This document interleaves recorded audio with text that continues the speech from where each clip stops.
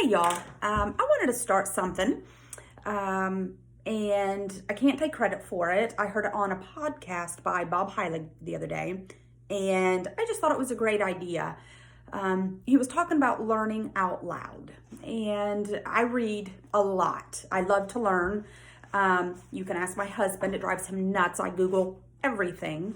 And it's not a matter of proving I'm right, it's a matter of if I'm wrong, I want to know it, and I do it, at work, I do it 10 times a day. I want to make sure I know the definition of a word I'm using or, the correct spelling or whatever.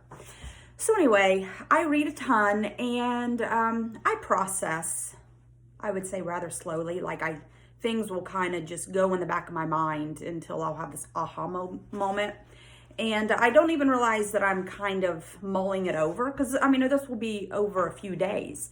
And I also take a lot of notes and we'll go back and, think about them and read them, or something will happen that pertains to what I read. And so anyway, I am going to do kind of a virtual book club because I also, when I talk about things, that's another way that I process is talking out loud. And so I would love to hear what you guys have to say about any of, the things that I talk about. So I have been reading a book called The Slight Edge by Jeff Olson, and I've been reading through it pretty slowly because there's so much in there. And the other thing I do is I'll read like 3 or 4 books at a time. Like right now I'm reading The Slight Edge, The Gifts of Imperfection, and then a novel, Peter Pan, like a rewrite of the Peter Pan story that my sister gave me. So anyway, The Slight Edge, what it talks a lot about is the decisions that we make every day, those tiny decisions. And sometimes the decisions that we're making out of habit, that we've done it so many times that we don't even realize. And something that he says, and I'm reading from my notes here. So something that he says is greatness is always in the moment of decision. And it's not that momentary decision is going to be this great thing. It's that over the course of time, that tiny little decision that you make every day is going to lead to greatness, or it's not. He says, time will be your friend or your enemy. It will promote you or it will expose you. So in other words, the decisions that you're making every single day, over time, it's going to lead to good things or it's going to lead to failure. And once again, those tiny decisions every single day, that day, it doesn't matter. It really doesn't matter. The day that I wake up and I don't feel like going to the gym at 5:15 or 5:30, it doesn't matter that day. When it matters is 6 months down the road and I have made that decision more often than not, and all of a sudden, I don't look the way I want to look. I don't feel good. It just, over time, it exposes, because you can look at somebody and know, they've not been keeping up with their gym habit. And I look in the mirror all the time and say, you have not been keeping up with your gym habit. The other theme, and this is more in the first chapter, but he's talking about our thoughts, our daily thought habits. And he said, take care with what you think, because what you think multiplied by action plus time will create what you get. It's the whole thing of your thoughts create your feelings, which lead to your actions, which give you your results. Why did nobody ever teach me that? Why don't we teach our kids that in elementary school?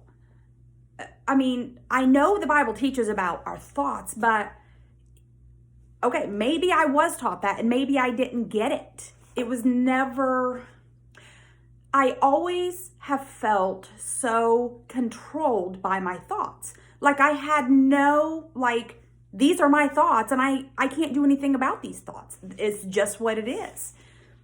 And recently, in the last few years, I've come to understand, no, you are not your thoughts. You are the thinker of your thoughts. You are outside of your thoughts, and you get to choose what you think. So, a thought will come into my head unprompted. I get to choose, am I going to believe that thought, or am I going to choose to think something different? Am I going to just let that thought consume me? Or am I going to say, no, that does not serve me. I choose to think something else. What a difference that has made in my life. And, I think over the course of my life, how things would have been so different, if I had known this or understood this 1,000 times over. And it's something I'm trying to teach my children, that we get to choose. We get to choose. And it's a practice. It's a practice every single day. Sorry, this is near and dear to my heart. I grew up learning this Bible verse. Whatever is noble, whatever is right, whatever is pure, whatever is lovely, whatever is admirable, if anything is excellent or praiseworthy, think on these things. Okay, fine.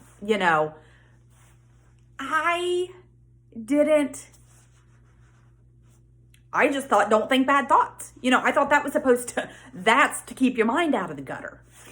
That's not what that's about at all. It's about fill your mind with good. Fill your mind with gratitude. Fill your mind with what you are blessed with all the good things in your life.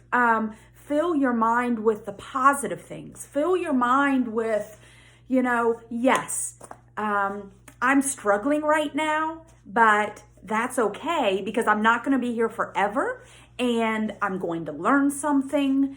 And I still have all these good things over here to be thankful for. Our mind is so amazingly powerful. And if we don't manage our minds, it will lead down the road to our failure. If we do manage our minds, it will lead down the road to our success. I love how my nose gets red when I get upset, when I cry.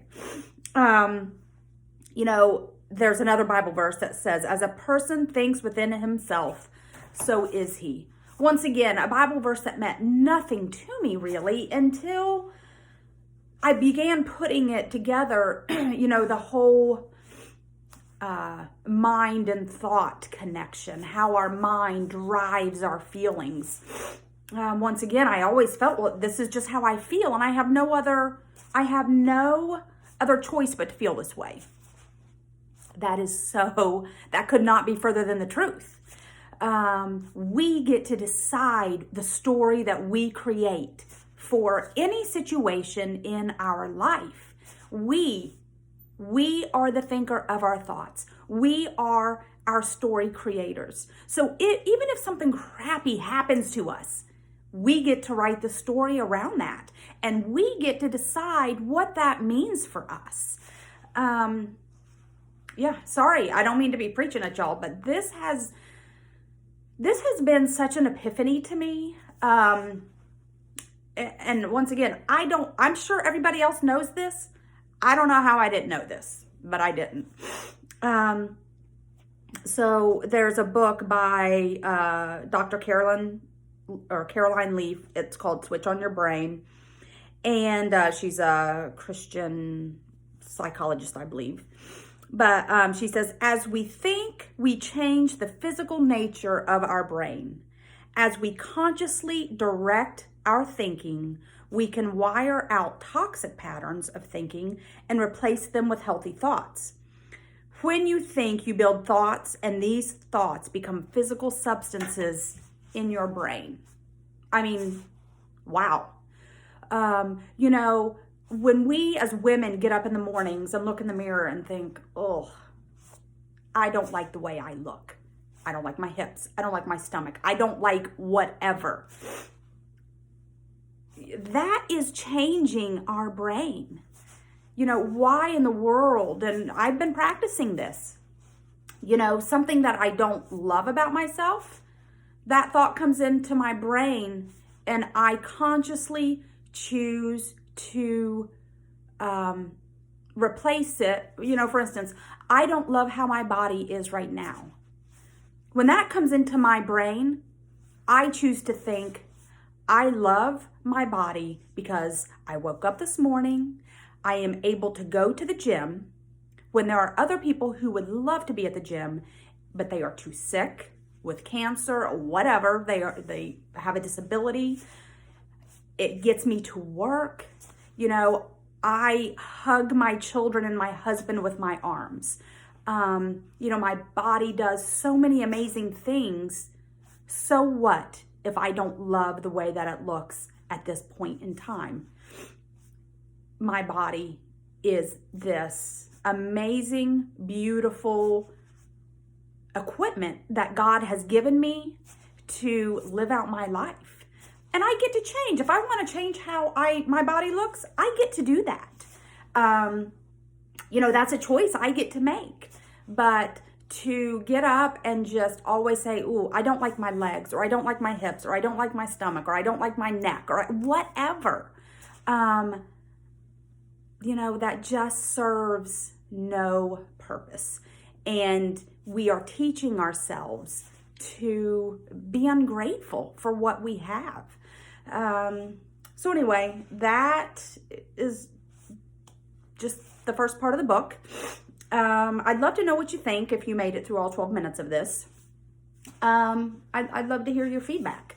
I would love to have conversations with you and know where you struggle and, you know, hey, is this something you always knew? Is this just common sense that I was out in the dark about? Or, you know, does this ring true with you? So anyway, I hope you have a good day. Bye.